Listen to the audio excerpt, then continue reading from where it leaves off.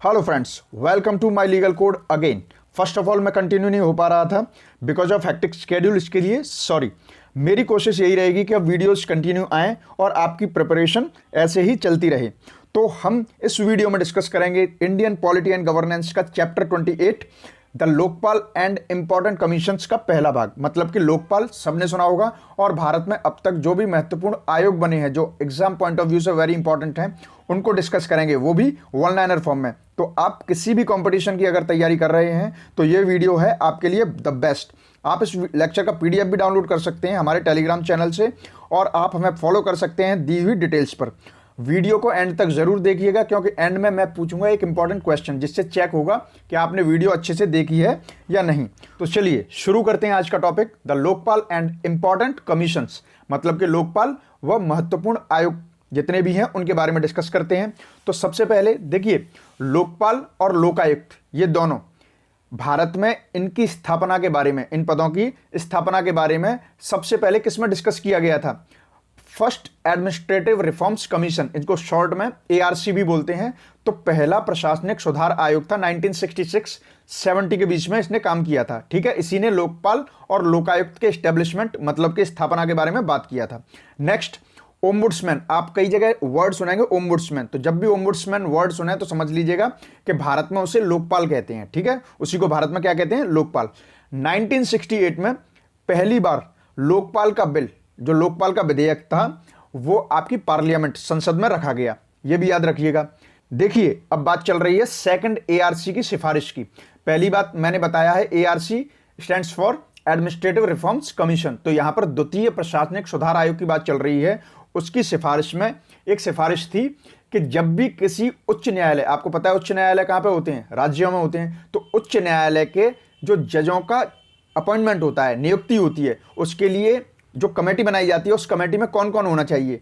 तो second ARC ने बताया था कि एग्जीक्यूटिव मतलब कि कार्यपालिका, लेजिस्लेचर मतलब कि विधायिका और चीफ जस्टिस, हमारे देश के जो मुख्य न्यायाधीश होते हैं जो सुप्रीम कोर्ट में बैठते हैं, इन सबको मिलाकर के किसी भी राज्य के जो हाई कोर्ट है, उच्च न्यायालय है, उसके जज के अपॉइंटमेंट के बारे में बात करनी चाहिए। यह बोला था द्वितीय प्रशासनिक सुधार आयोग ने।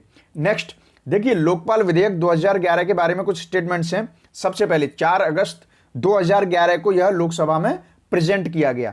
ठीक है, और यह किसके द्वारा रेफर किया गया था? Standing committee. देखिए पहली बात याद रखिएगा कि संसद में जो कार्य प्रणाली चलती रहती है वो कमेटी मतलब कि समितियों के माध्यम से चलती रहती है। तो उसी में से एक one of the major committees is standing committee. तो ठीक है, तो ये जो लोकपाल बिल था 2011 में संसद में रखा गया था लोकसभा में, तो ये किसके द्वारा रेफर किया गया था? स्टैंडिंग कमेटी के द्वारा। और सिविल सोसाइटी मेंबर्स, देखिए कई सिविल सोसाइटीज होती हैं, उनके मेंबर्स ने इसको एक कमजोर प्रणाली बोला था, इस लोकपाल बिल को कमजोर कहा था। ठीक है, तो ये मेजर पॉइंट्स हैं, याद रखिएगा। नेक्स्ट वेरी इंपॉर्टेंट, देखिए भारत में ऐसा कौन सा राज्य है जहां पर सबसे पहले लोकायुक्त का ऑफिस बना? वो है महाराष्ट्र। और एक और क्वेश्चन खासकर यूपी पीसीएस वालों के लिए, उत्तर प्रदेश में लोकायुक्त जो होता है वह अपनी रिपोर्ट्स किसको देता है? गवर्नर को, मतलब कि राज्यपाल को। गुड, चलिए आगे बढ़ते हैं। कौन सा स्टेट था जिसने कि लोकायुक्त बिल, लोकायुक्त विधेयक 2011 में पास किया था? तो भारत का पहला राज्य था उत्तराखंड। ठीक है, और इसके अलावा देखिए मुख्यमंत्री, कौन कौन से राज्यों के मुख्यमंत्री को लोकायुक्त अधिनियम के दायरे में लाया गया था? हिमाचल प्रदेश, आंध्र प्रदेश, मध्य प्रदेश, गुजरात।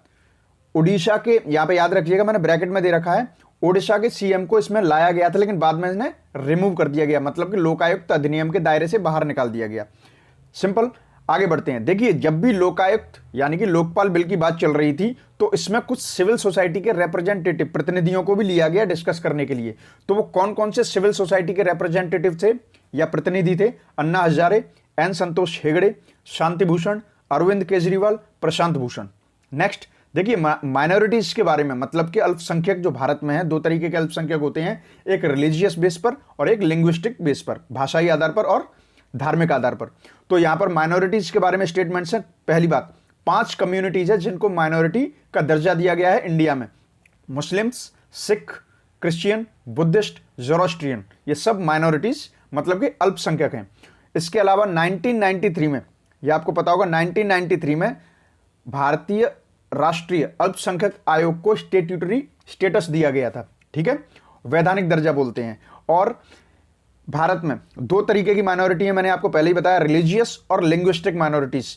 इनको रिकॉग्नाइज करना और इनका संरक्षण करना कॉन्स्टिट्यूशन ऑफ इंडिया के दायरे में लाया गया और यह भारत सरकार की अब जिम्मेदारी है। नेक्स्ट, वोहरा कमेटी मतलब कि वोहरा समिति किससे संबंधित थी? वोहरा समिति ने स्टडी किया था राजनीतिक जो राजनेता होते हैं और अपराधियों के बीच में क्या साठगांठ रहती है, उनकी नेक्सस के बारे में स्टडी करने के लिए वोहरा कमेटी मतलब कि वोहरा समिति बनाई गई थी।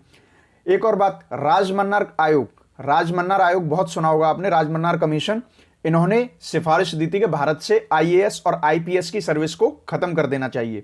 ठीक है, रीजंस वगैरह क्या हैं वो लेटर चैप्टर में जब इंडिविजुअल इसको डिस्कस करेंगे तब बात करेंगे, अभी वन लाइनर फॉर्म में इतना ही याद रखना है।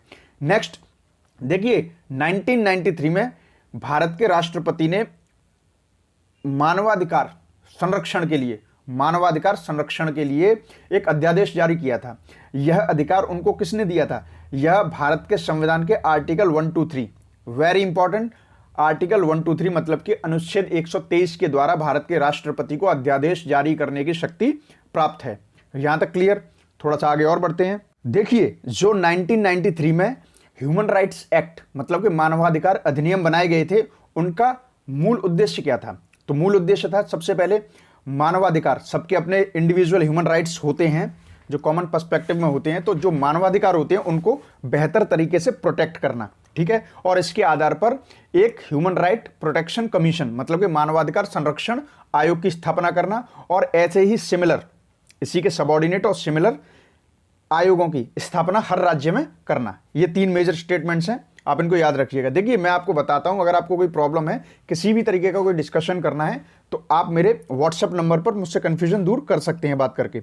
नेक्स्ट देखिए, जब भी नेशनल ह्यूमन राइट्स कमीशन मतलब कि राष्ट्रीय मानवाधिकार आयोग के सदस्यों के मतलब कि सदस्य कौन कौन से होते हैं, एक तो होता है चेयरपर्सन उसका अध्यक्ष और एक होते हैं उसके सदस्य, इनकी नियुक्ति के लिए जो कमेटी बनाई जाती है उसमें कौन कौन होता है? नंबर 1, लोकसभा का स्पीकर, सब जानते हैं लोकसभा का स्पीकर कौन होता है? Speaker of the house of the people. ठीक है, इसके अलावा उसी लोकसभा में आपको पता होगा विपक्षी पार्टी का एक नेता होता है, जैसे अभी फिलहाल में अधीर रंजन चौधरी हमारे लोकसभा में हैं विपक्ष के नेता, और इसी तरीके से राज्यसभा में भी जो विपक्ष का नेता होता है, लाइक अगर मैं गलत नहीं हूं तो गुलाम नबी आज़ाद राज्यसभा में विपक्ष के नेता हैं। तो ये 3 पोस्ट ऐसी हैं, इनको हमेशा उस कमेटी में रखा जाएगा जो भारतीय राष्ट्रीय मानवाधिकार आयोग में सदस्यों की नियुक्ति के लिए जो कमेटी चर्चा करती है उसमें ये सदस्य होंगे ही होंगे। आई होप आपको बिल्कुल क्लियर हो गया होगा।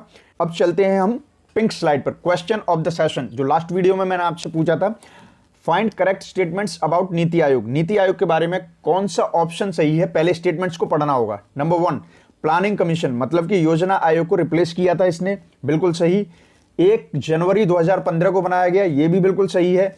प्रिंसिपल ऑफ कोऑपरेटिव फेडरलिज्म मतलब कि कोऑपरेटिव फेडरलिज्म के सिद्धांत पर बनाया गया, ये भी बिल्कुल सही है।